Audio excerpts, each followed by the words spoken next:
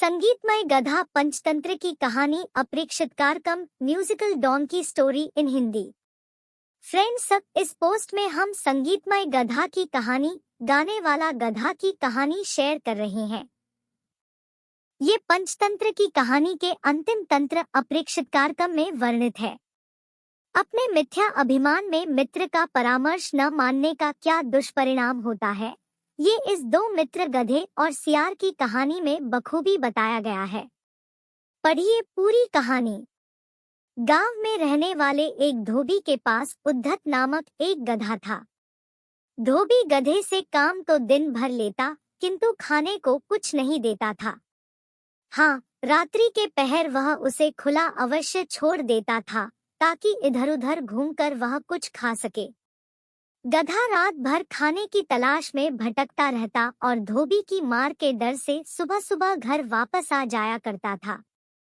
एक रात खाने के लिए भटकते भटकते गधे की भेंट एक सियार से हो गई। सियार ने गधे से पूछा, मित्र, इतनी रात गए कहाँ भटक रहे हो? सियार के इस प्रश्न पर गधा उदास हो गया। उसने सियार को अपने व्यथा सुनाई, मित्र, मैं दिन भर अपनी पीठ पर कपड़े लाद कर घूमता हूँ। दिन भर की मेहनत के बाद भी धोबी मुझे खाने को कुछ नहीं देता।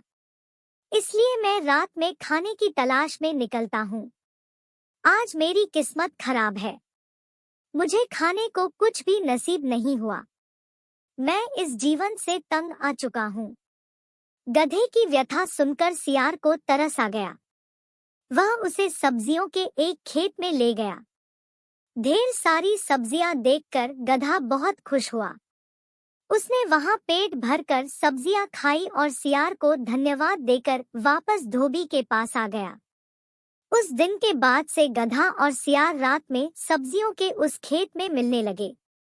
गधा छक्कर, ककड़ी, गोभी, मूली, शलजम जैसी कई सब्जियों का स्वाद लेता। धीरे धीरे उसका शरीर भरने लगा और वह मोटा ताजा हो गया। अब वह अपना दोहक भूलकर मजे में रहने लगा।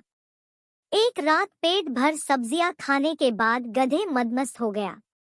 वह स्वयं को संगीत का बहुत बड़ा ज्ञाता समझता था। उसका मन गाना गाने मचल उठा।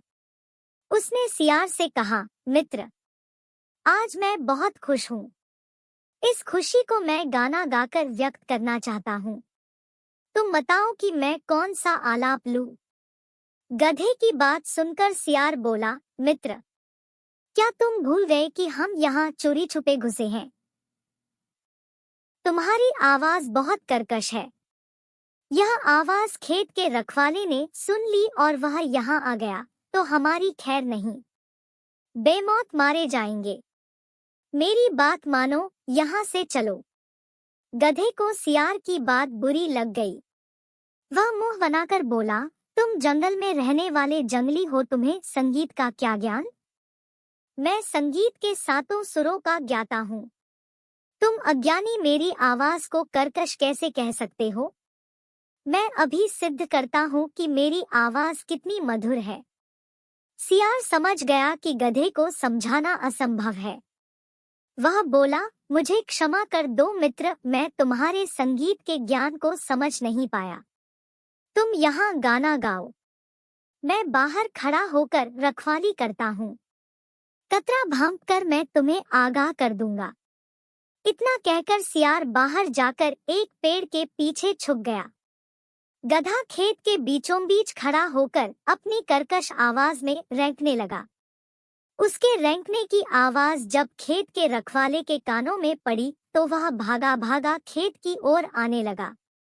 सियार ने जब उसे खेत की ओर आते देखा तो गधे को चेताने का प्रयास किया, लेकिन रेंकने में मस्त गधे ने उस ओर ध्यान ही नहीं दिया। सियार क्या करता? वह अपनी जान बचाकर वहां से भाग गया। इधर खेत के रखवाले ने जब गधे को अपने खेत में रेंकते हुए देखा तो उसे दबोचकर उसकी जमकर धुनाई की। गधे के संगीत का भूत उतर गया और वह पछताने लगा कि उसने अपने मित्र सियार की बात क्यों नहीं मानी। सीख: अपने अभिमान में मित्र के उचित परामर्श को न मानना संकट को बुलावा देना है। फ्रेंड्स, आपको singing donkey Panchatantra story in Hindi कैसी लगी? आप अपने कमेंट्स के द्वारा हमें अवश्य बताएं। ये musical donkey and jackal story in Hindi पसंद आने पर लाइक और शेयर करें। ऐसी ही और पंचतंत्र स्टोरीज इन हिंदी पढ़ने के लिए हमें सब्सक्राइब कर लें। थैंक्स।